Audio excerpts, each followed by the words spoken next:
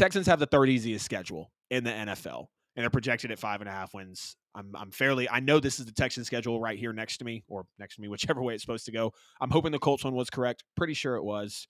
Try not to let myself overthink while I'm live here on the show. Nonetheless, though, Texans going 3-14 overall this year. They're going to go 3-5 at home, winless on the road at 0-8. They're going to go 2-4 in the division again, splitting with the Colts, splitting with the Titans. They're going to get swept by the Jags. And this is a team that they're going to have a tough 1-5 record heading into the bye week that is in week 7.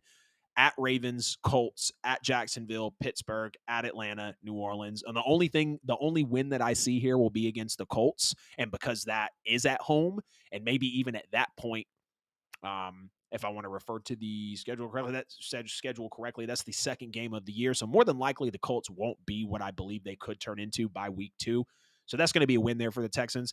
Only 2 wins down the stretch after the bye week, and that's against Arizona and Tennessee at home.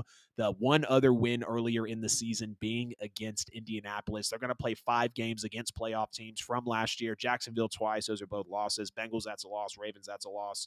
And Bucks, that's going to be a loss as well, just because of the slanted roster of the Texans versus everyone else in the league. Look, I understand. They have C.J. Stroud, who's my favorite quarterback. They have Will Anderson, who is the best player in the draft, the best edge rusher in the draft.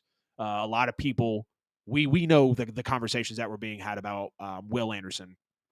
But the Texans, DeMeco Ryans, defensive head coach, very respected, very well talked about. I've got all the respect in the world for DeMeco, but I don't believe with the competition of the AFC South, of the AFC in total, the slanted roster here with the Texans. CJ Stroud, he was good in college. Let's make no mistake about that. We know CJ Stroud was good in college, but what is he going to be underneath a defensive head coach in his rookie year with a bad roster around him, with a bad culture around him that's blowing up and rebuilding? I would love to believe that CJ Stroud is going to win more than 3 games in his rookie year, but again, 3-14 overall, 2-4 in the division. Oh man. Oh man, oh man, oh man. Again, beating Arizona and Tennessee at home, and one earlier win in the season being against Indianapolis. I want the Texans to be better than this. I mean, I really do. But I mean, you look, Baltimore, Jacksonville, Pittsburgh, New Orleans. Those are losses. I believe Atlanta's going to be better than the Texans.